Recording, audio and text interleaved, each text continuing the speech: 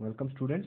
So the next topic is need and necessary conditions for parallel operation of alternators. Right. So need and necessary condition for parallel operation of alternators. इस पूरे topic को हम लोग चार parts में divide कर सकते हैं. पहले पार्ट में कि पैरेलल ऑपरेशन की नीड क्या है, what is the need of parallel operation. Number 2 part जो आएगा इसका कि पैरेलल ऑपरेशन के एडवांटेजेस क्या हैं. तीसरा पार्ट हम लोग इसको देंगे पैरेलल ऑपरेशन करने की कंडीशंस क्या इंपॉर्टेंट है. और जो फोर्थ पार्ट है हमारे पास वो है कि मेथड्स ऑफ सिंक्रोनाइजिंग, कि अगर अल्टरनेट्स को पैरेलल में हमने करना है तो उसके मेथड्स क्या हैं. तो ये पूरा का पूरा टॉपिक जो है we can divide this topic into 4 part. Right. So सबसे पहले we can start one by one and the first part is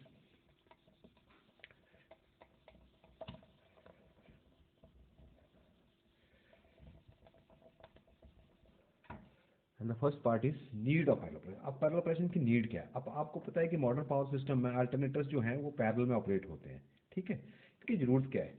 सबसे पहले तो वी कैन राइट डाउन कि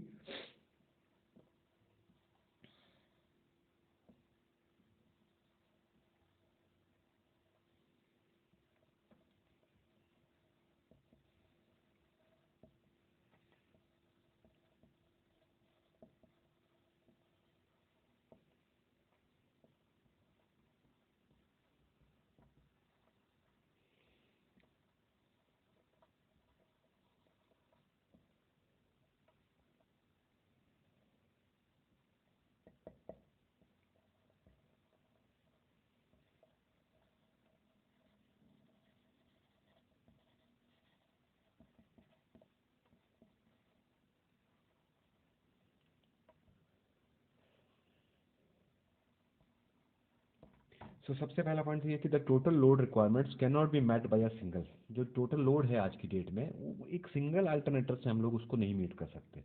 सो we got to have many alternators. इसीलिए हमें बहुत से अल्टरनेटर्स को पैरेलल में लगाना पड़ता है. Right.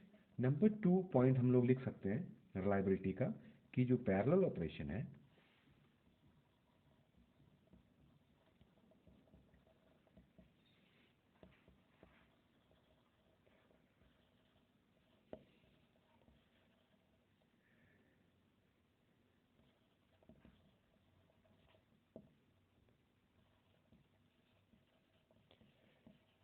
Parallel operation increases the reliability of the supply. Reliability of the supply का मतलब ये है कि अगर एक अल्टरनेटर आपका खराब होता है तो आप दूसरे अल्टरनेटर से फीडिंग कर सकते हैं.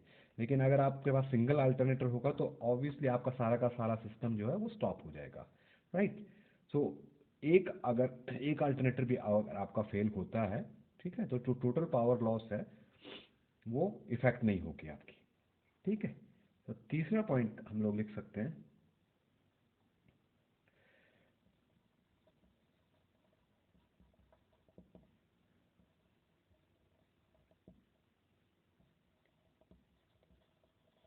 Preventive maintenance.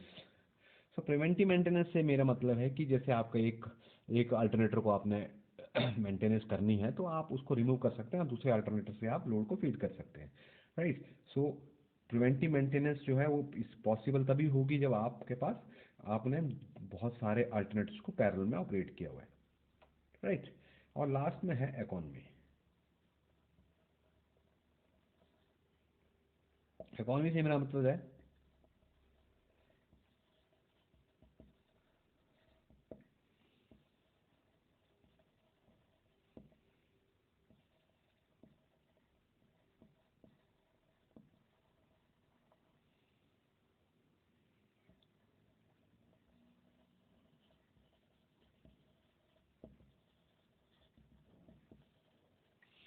इकोनॉमी से मतलब लेस एफिशिएंट मशीन. अब आपके पास जो मशीन होगी वो कोई लेस एफिशिएंट होगी, कोई मोर एफिशिएंट होगी, किसकी एफिशिएंसी अच्छी होगी. तो जब भी आपके पास लोड रिक्वायरमेंट कम होगी तो जो लेस एफिशिएंट मशीन होगी आपकी, जिसकी एफिशिएंसी कम होगी, उस मशीन को आप शट डाउन कर सकते हैं. तो ये सारे के सारे जो है आपके ये ज़रूरतें हैं. So this are the need of parallel operation. Fine. So need of parallel operation हमने देख लिया कि किस तरह से क्या क्या क्यों हमारे को पैरेलल ऑपरेशन की जरूरत है. Fine. So next is your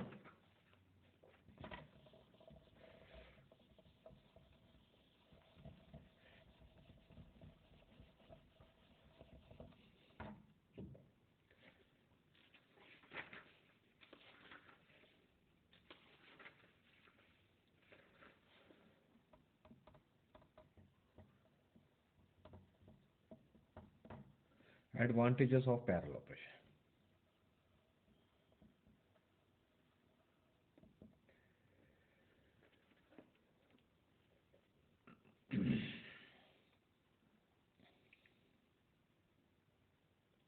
अब आप देखें एडवांटेजेस ऑफ पैरेलल ऑपरेशन और नीड ऑफ पैरेलल ऑपरेशन में बहुत सी चीज़ें कॉमन है, राइट।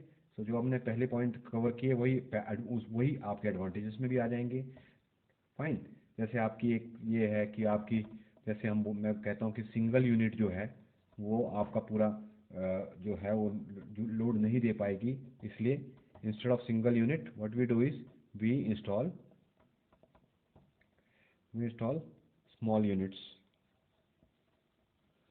क्योंकि सिंगल यूनिट्स में क्या है कि आपके अगर जैसे बड़ी पावर का आप अल्टरनेटर यूज़ करेंगे तो आपको उसको फुल लोड पे रखना पड़ेगा, लेकिन अगर आपके लोड कम है तो भी आपको उसको फुल लोड पे मैक्सिमम एफिशिएंसी मिलेगी।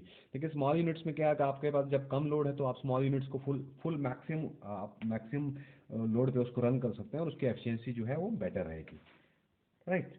सिमिलरली आपने अभी हमने डिस्कस किया प्रिवेंटिव मेंटेनेंस है, मेंटेनेंस जो है इंस्पेक्शन है पावर सिस्टम वो तभी पॉसिबल हो जाएगी।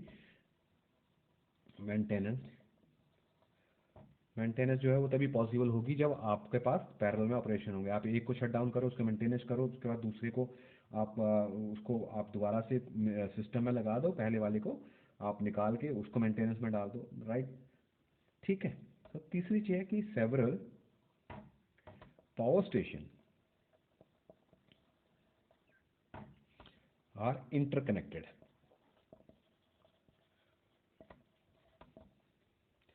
Bye a grid.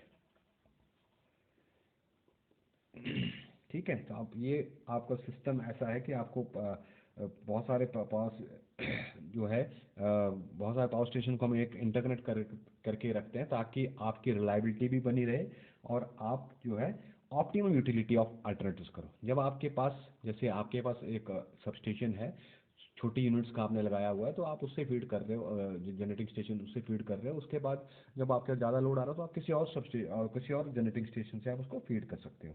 तो ये सारे के सारे एडवांटेजेस में आ जाते हैं। फाइन। तो उसके बाद कंडीशंस क्या क्या होंगे।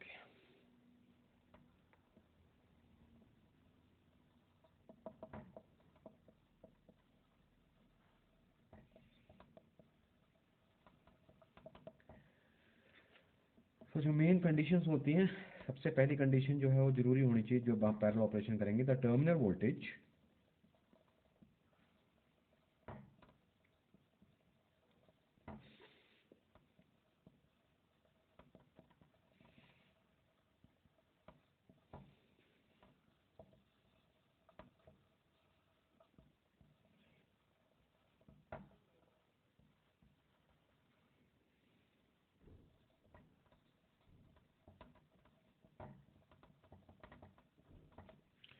बस बार वोल्टेज के बराबर होनी चाहिए टर्मिनल वोल्टेज की।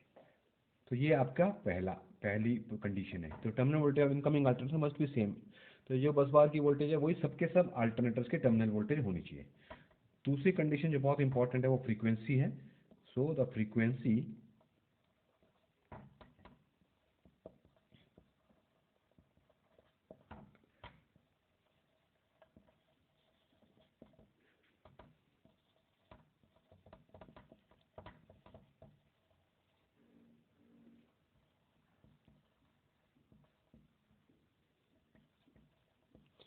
वही same to same the frequency जो है इनकमिंग अल्टरनेटर के बस बार के बराबर होनी चाहिए, राइट। सो तीसरी चीज है phase. The phase of the voltage of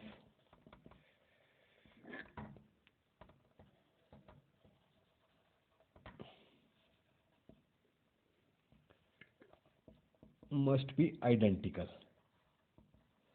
मतलब अगर आपके पास बस बार पे आर फेज आ रहा है तो आपका जो इनकमिंग अल्टरनेटर जिसको आप बस बार के साथ पैरेलल में लगाओगे उसका भी आर फेज ही आना चाहिए, राइट। क्योंकि क्या होता है कि जो आपका अगर आपका अपोजिट फेजेस आएंगे तो सर्कुलेटरी करंट सर्किट में आ जाता है। ठीक है। तो थर्ड कंडीशन जो है वो फेज का है। और चौथी जो कंडीशन है वो है phase sequence.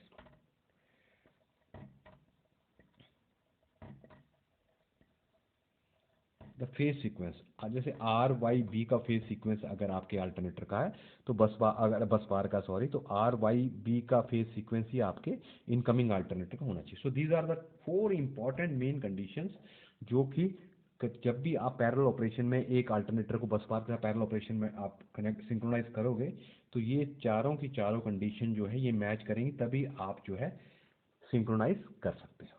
Fine. So next lecture में हम लोग इसको कंसिडर करेंगे कि हम कौन से मेथड को यूज़ करेंगे पैरेलल ऑपरेशन के लिए. ठीक है. Thank you so much.